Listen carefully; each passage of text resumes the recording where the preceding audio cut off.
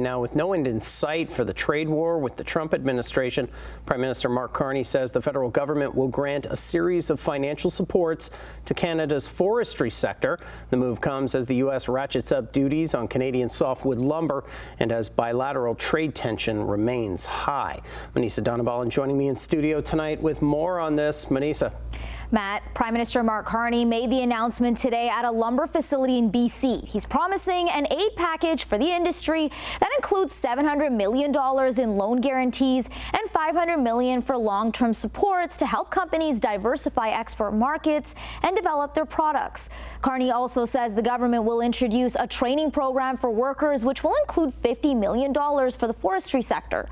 The U.S. Commerce Department recently announced it intends to hike anti-dumping duties on Canadian softwood to just over 20%. That's a marked increase since the last time the U.S. reviewed the rate, which previously was just over 7%. Carney also adding today that we will be our own best customer by relying on more Canadian lumber for Canadian projects.